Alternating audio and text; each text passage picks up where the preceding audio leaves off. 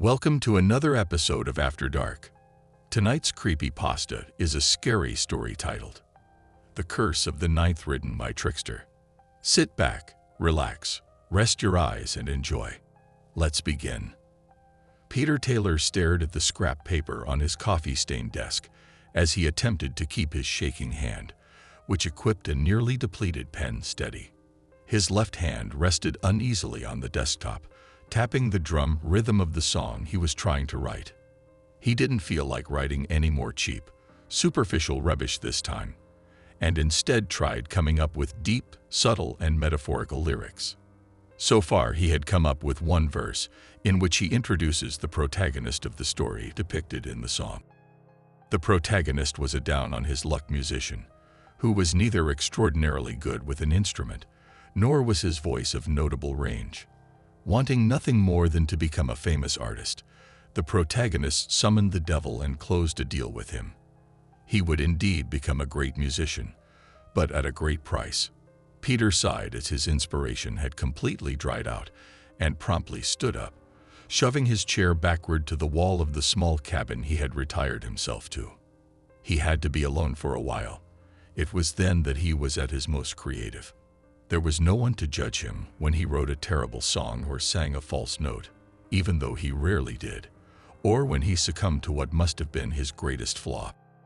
Peter swept the sweat off his brow as he grabbed a blotter, dipped it into a glass filled with some sort of liquid solution, put the blotter onto his tongue and closed his eyes. He walked to the living room and plumped down into a dark blue, cushioned sofa, and lowered the needle of his gramophone onto the LP where he had left off. Peter rocked out to the doors, the end, singing along and jumping around the room for a full 9 minutes until the song's climax, upon which he sat himself back down into the sofa and felt himself sink away into it. Peter saw flashes of a childhood trip to the beach, and himself as a child diving into the sea as he felt like he was sinking further and further into the couch. He felt his conscience be reduced to his flashbacks while the real world faded away into the fabric of the sofa. As Peter listened to Jim Morrison repeat the word "fuck" countless times, a sudden surge of inspiration overcame him, and he pushed himself upright from the chair and ran towards his desk again, awkwardly stumbling along the way. The lyrics flew from his mind to his pen and then to his paper, and before he knew it, Peter had finished his last song. He threw the pen across the room and allowed himself to slip from the chair and fall to the ground.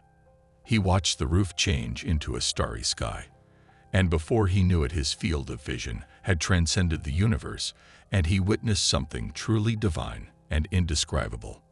Tears rolled down his face onto the carpeted floor, and he was overcome with a sudden fit of incessant laughter. The song had meanwhile come to an end, as did the LP, but Peter was too comfortable where he was to notice. What he did notice, however, was that another song suddenly started playing. It was the first track from a fairly new album he had brought along with him to the cabin, "Sympathy for the Devil" by the Rolling Stones. He loved the song, and it had partly inspired him to write the song he'd just finished, but the issue was simply that he hadn't put the track on himself. Peter's field of view was again minimized to the shallow side of the cabin's roof as he was pulled back into reality by the illogicalness of the situation. He had not invited or allowed anyone into the cabin, and no one knew that he owned the cabin, which was in the middle of the woods as well.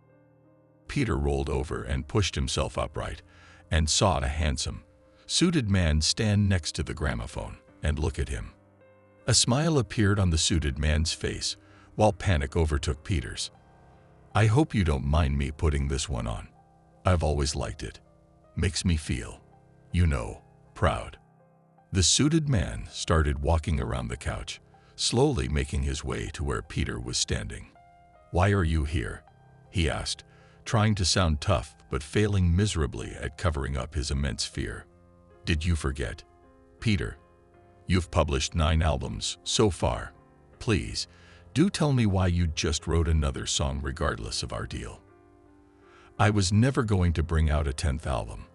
I just wanted to write another song." The suited man was getting ever so close. I do have to say, you did make the most of it after all. Remind me, when do you become 27 again? June 6.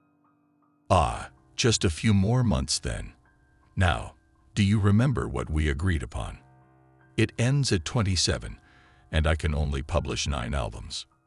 The suited man now stood in front of him and was visibly angered by Peter's last remark. No more than 9, he shouted with a voice that sounded eerily inhuman. I thought I made myself very clear when I said you were allowed to make 9 albums, and no more.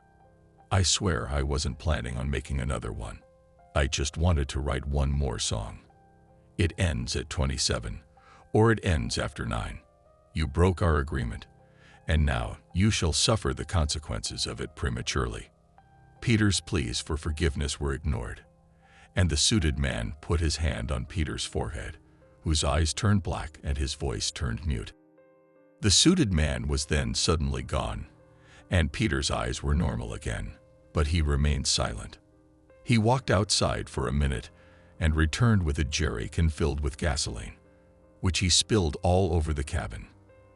After walking around the small house and covering a big part of it with gasoline, Peter emptied the remainders in the jerrycan onto the couch. He threw the empty container aside and sat down into the soaked sofa. Peter took a cigarette from the chest pocket of his jacket and lit it. After taking a few puffs, he lowered his hand onto the handrail and dropped the cigarette onto the oil-soaked carpet. Let us know in the comments below if you enjoyed this short creepypasta, and remember to tap that subscribe button with bell notifications on. It's completely free to do, and it helps this channel grow. Until next time, thanks for watching.